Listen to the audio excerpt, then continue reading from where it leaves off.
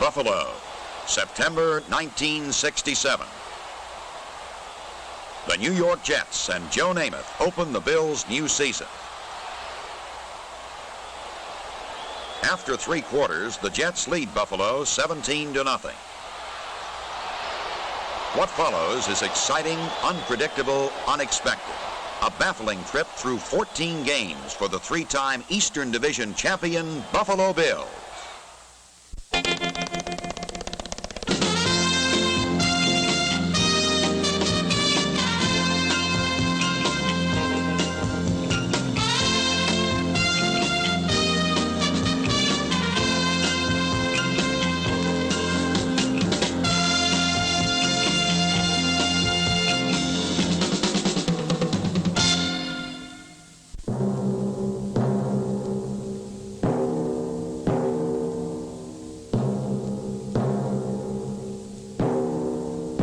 To be a winner, a professional football team must win consistently. In 1967, the Buffalo Bills could count only 4 victories after 3 championship years.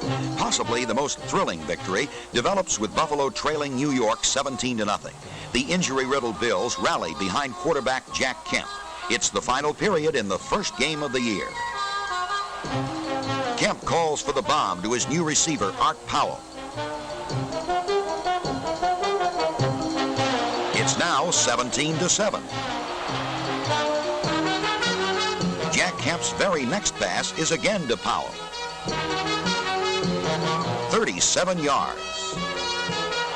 It's now 17-14, and Bills fans are confident. To keep the rally alive, Buffalo must get a break or make one. Veteran guard Joe O'Donnell tells how the Bills make one. This is a punt by Paul McGuire, and Paul told us in the huddle before we started that he was going to kick for the left-hand corner. And the job of the offensive lineman, of course, is just to get down there as fast as we can and tackle the ball carrier.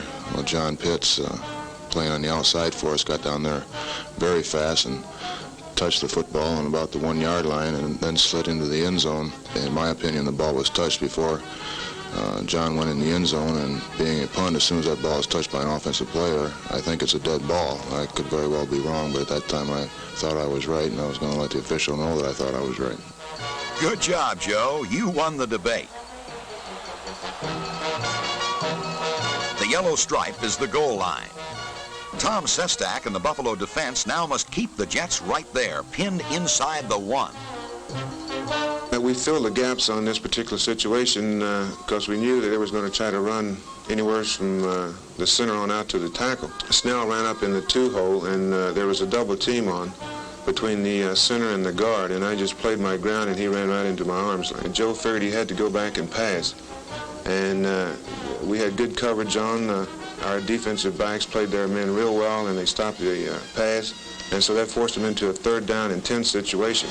In that situation, they had to run again in order to get a little punting room for their punter. But in this case, we stopped them again, and they had to go into the punting situation. Inches from disaster, the Jets punt from their end zone. The kick sets Buffalo's offense up with good field position.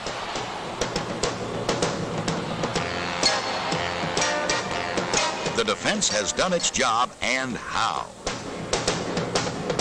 Now another challenge. When the Bills fail to move the ball, Mike Mercer is asked to kick farther than any other Buffalo player in history. 51 yards. Score tied 17-17. Less than 2 minutes to play. Again, the outcome narrows down to Joe Namath and the Buffalo Demolition Crew. While the defense works, the offense plans. The Bills have beaten the Jets 7 out of the last 8 games. A victory here after trailing 17-0 could be the most exciting comeback in Buffalo history. New York is halted and must give up the ball with a minute to play. The Bills are 82 yards away from victory. A pass to another new face. Keith Lincoln spots Buffalo at midfield.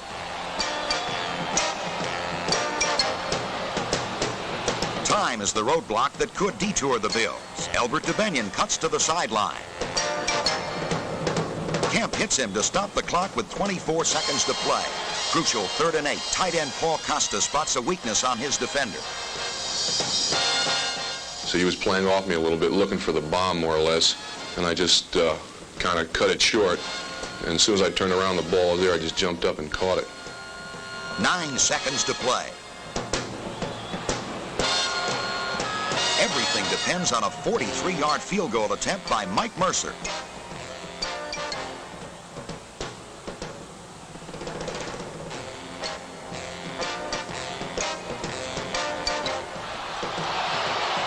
The Bills win 20-17.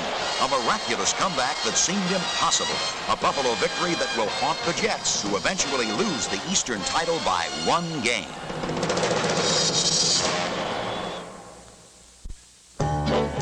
Following a victory over Denver, the Bills return to snowy War Memorial Stadium and the Miami Dolphins. As usual, Buffalo coaches spend many hours studying movies of the Dolphins, looking for a weakness. They find it, as explained by fullback Ray Carlton, number 30. We had noticed in films of the previous week that their middle linebacker played a little bit further off the line than a linebacker normally does. And this would make it an easier block for our tackle to come out and hit him and knock him across the hole. O'Donnell, our right guard, traps the Miami tackle, pitch fake by the quarterback to the halfback, and I delay just a half count and go straight into the hole. Left tackle, Barber, comes across and hits the middle linebacker and knocks him across the hole. I went in for a touchdown. So successful is the Buffalo trap play that Carlton rambles for 97 yards in this game. The 6-year pro is only the second Bills player to rush for more than 3,000 career yards. Carlton's second touchdown helps Buffalo to a one-sided victory over the Dolphins. The game also marks the maturing of Billy Masters, the Blue and White's top rookie receiver. Operating out of Coach Joe Collier's double tight end formation, Masters is Buffalo's leading receiver with 2 touchdowns. Not all the headlines are written by the offense. Tom Yannick steals a Bob Greasy aerial and blazes 13 yards for the tally. A final period scoring toss, Jack Kemp to Masters again, tops off a 35-13 Buffalo triumph. But the Bills' sweetest victory is yet to come. In the last 3 Buffalo-Boston battles, a spectacular run by fullback Jim Nantz has been the decisive factor. All 3 games, including one this season, were Patriot wins.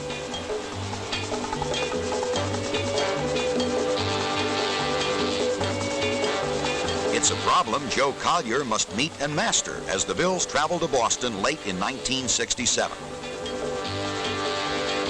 It's a problem the Buffalo defense takes in stride.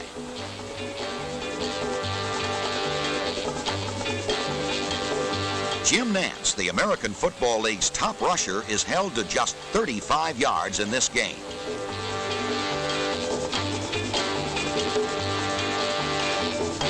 The Bills' defenders neutralize Boston's strength, the running of Nantz. On offense, Buffalo has not scored a touchdown on Boston in 2 games. But the first time they touched the football, Jack Kemp to Keith Lincoln, and a jinx is broken.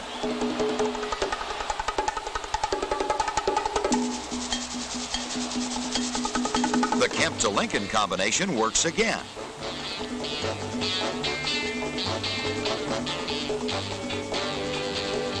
Lincoln, avoiding major injury, is Buffalo's top runner and pass receiver for 1967.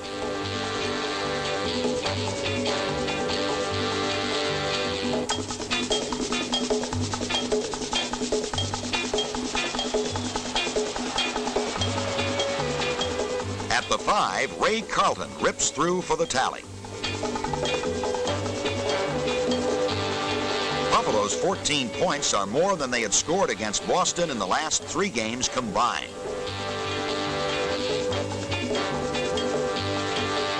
Until the final minute of play, Buffalo defenders pick off more Boston passes than the Patriots themselves.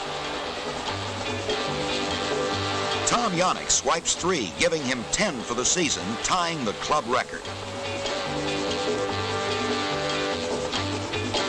Boston quarterback Don Truel is dazed, but his luck doesn't improve. What starts out a screen to Jim Nantz ends up a 55-yard touchdown run by Buffalo's Marty Schottenheimer. The Bills roll up their highest total of the season, 44 points. Since arch-rival Boston is the victim, the fruits of victory taste a little sweeter.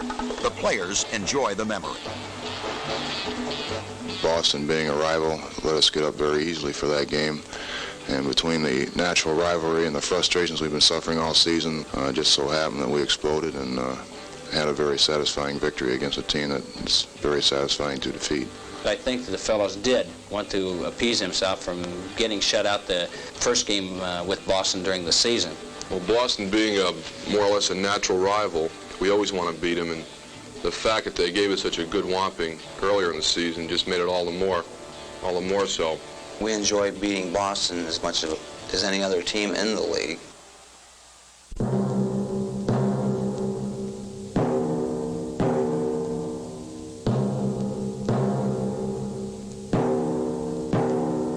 Inches, according to Webster, are small, minute distances. Inches in football are often the difference between winning and losing, between catching and dropping,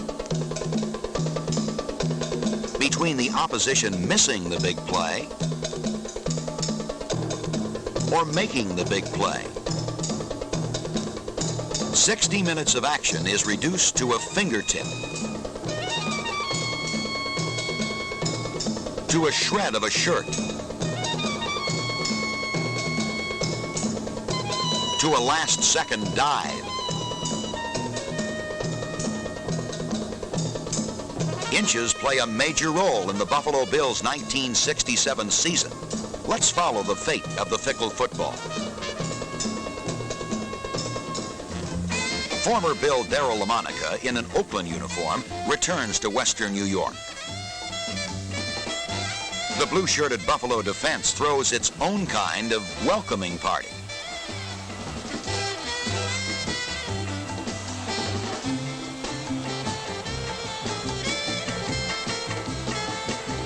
The Bills pick off 4 LaMonica passes. Ron McDowell bats this one high in the air, and Jim Dunaway rumbles to the 2. The power and drive of Keith Lincoln result in a 6-pointer.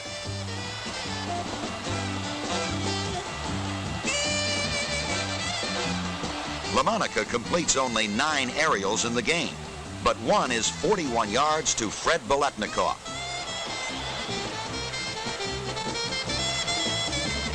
The contest is nip and tuck all the way. A Jack Kemp to Art Powell bomb puts Buffalo to within 4 points. The catch is Powell's last of an injury-plagued season. But the key play is one that, but for those tantalizing inches, might never have occurred. It could have ended on this loose ball.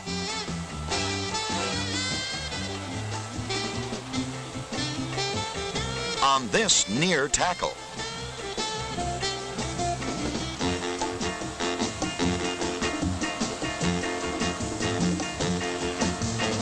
It should have ended here. But the off-balance pass finds the wrong destination. Dan Connors races 30 yards.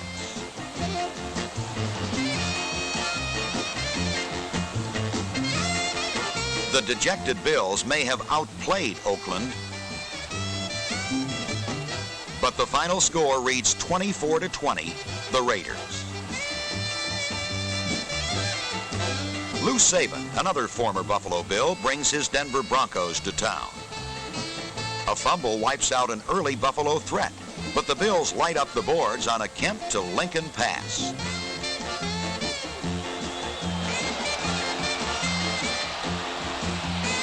Two Steve Tenzie to Al Denson aerials within 30 seconds lift Denver to a 21-7 halftime advantage. Then the Bills stage a gritty comeback.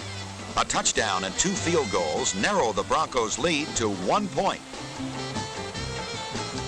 As darkness invades War Memorial Stadium, the Bills have one last chance to pull victory from defeat.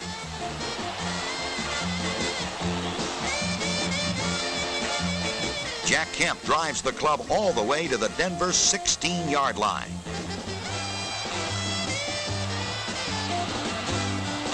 "19 seconds to play. A 24-yard field goal will win it for the Bills. But those frustrating inches again haunt Joe Collier's team. Another look shows how the kick slices off to the right. And the Bills fall by a single point. The passingest team in the AFL, the New York Jets, are determined to reverse an opening day loss to Buffalo. Joe Namath explodes early.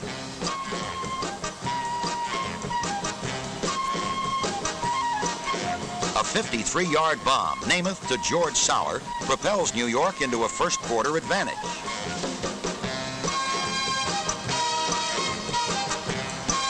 Then the Buffalo defense ignites an explosion of its own.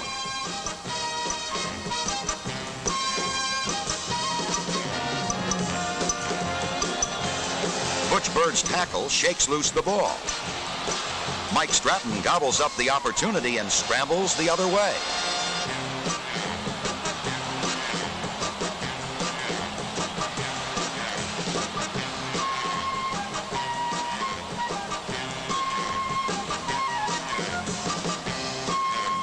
Later, Jack Kemp hurls a picture-perfect pass to Paul Costa at the Jet 2.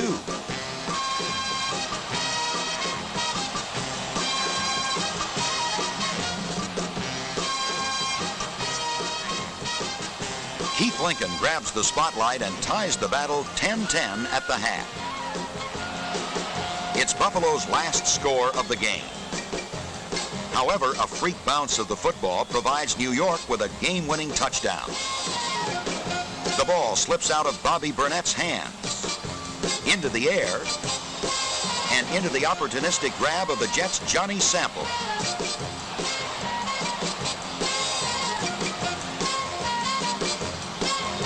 It's all New York needs to tumble Buffalo 20-10.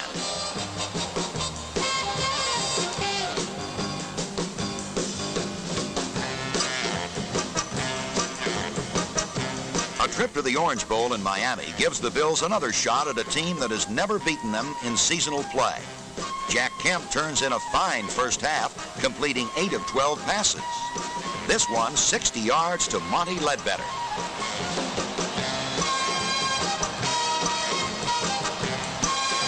But trouble visits number 15 in the second half.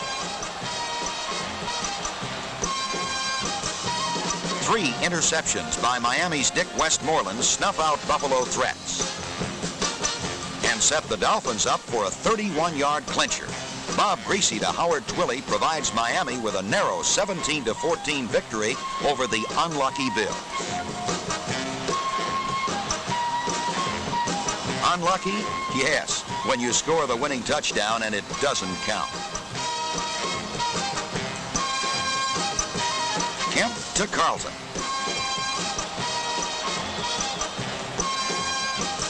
One official says yes. But the other calls offensive interference, a rare penalty, and the touchdown isn't a touchdown, epitomizing a season of unhappy inches.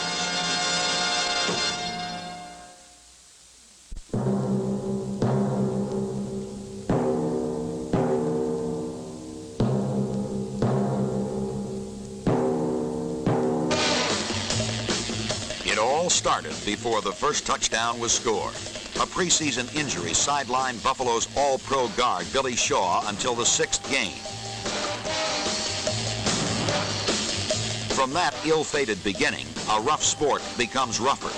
Every jolting tackle, every blistering block puts the fans on the edge of their seats.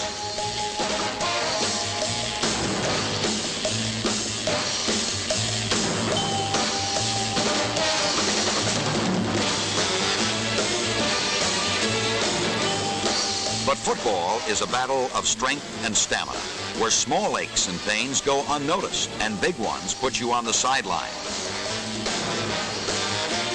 A broken collarbone ends linebacker Harry Jacobs' finest year at midseason, and Harry knows how the Bills react to all the injuries. When it first starts out, I don't believe it bothers anybody, but when it happens as it did with the Buffalo Bills this year, it's got to bother the fellows mentally. I think we had something like 24 players miss at least one ball game this year.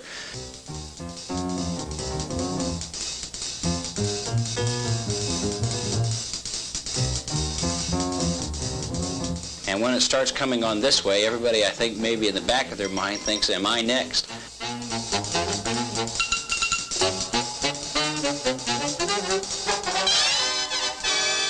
In Bobby Burnett's case, he saw the man coming to tackle him, so he was getting prepared to give himself what you might call a limp leg and spin off the tackle, and just as the time he hit it, he planted his one foot and he got hit. Now, there was no way in the world that Bobby could have prevented that injury. It's just circumstances that happened. This is the way most of your injuries, I feel, happen. The crippling injuries that rip through the defending Eastern champions cannot be prevented, and no team can take the jolts Buffalo receives and not suffer. But the inspired play of Joe Collier's defense, when healthy, proves the winning talent is there. Tom Yannick, number 27, playing safety, ties for the league lead with 10 interceptions. The Bills' secondary gives up fewer yards in the air than any other AFL team. Butch Bird, number 42, is one reason why.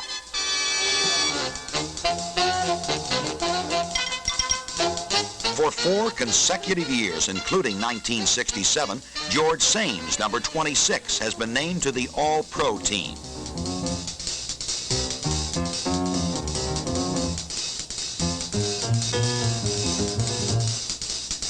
Up front, the pressure is always on.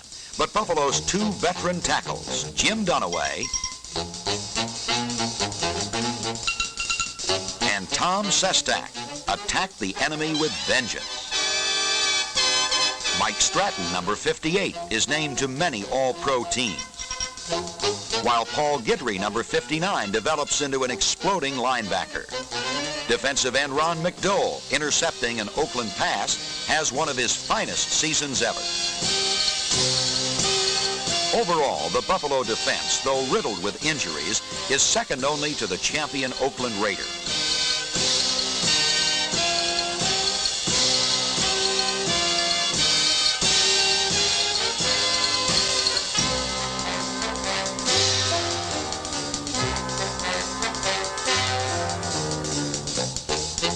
The Bills show their strength by stopping San Diego 4 times from their 1-yard line.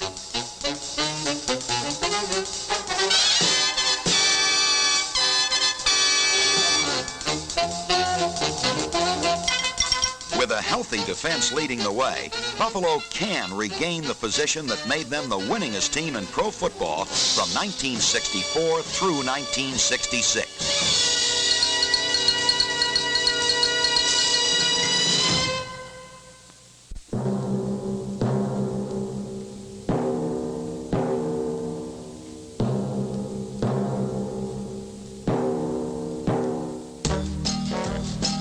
Buffalo coach Joe Collier. They say every dark cloud has a silver lining. What happened to us in '67 certainly had the form of a dark cloud.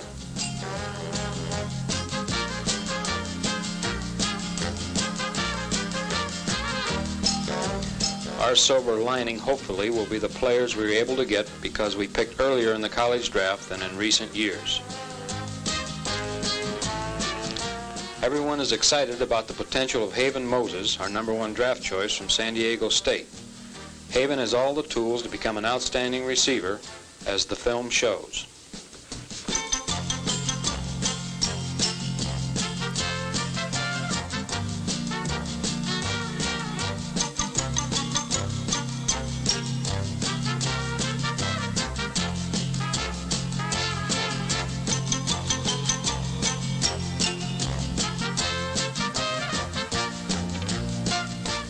Richard Trapp, another high draft choice, is known for his ability to gain yardage after he makes a catch. Trapp Florida's famed number 44 has an unusual knack for getting free from the first tackler.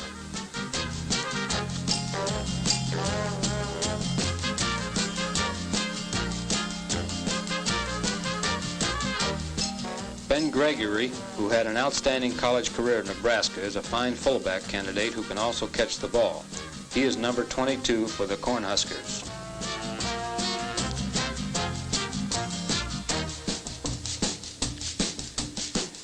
And we're pleased with the potential of some of the linemen we drafted, too. Players like Georgia's Edgar Chandler, who is very quick and sustains his blocks well.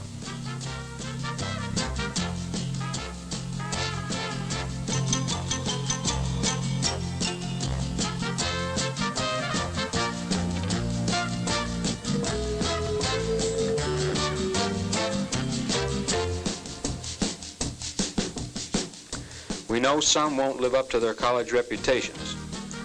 Others will develop beyond our expectations.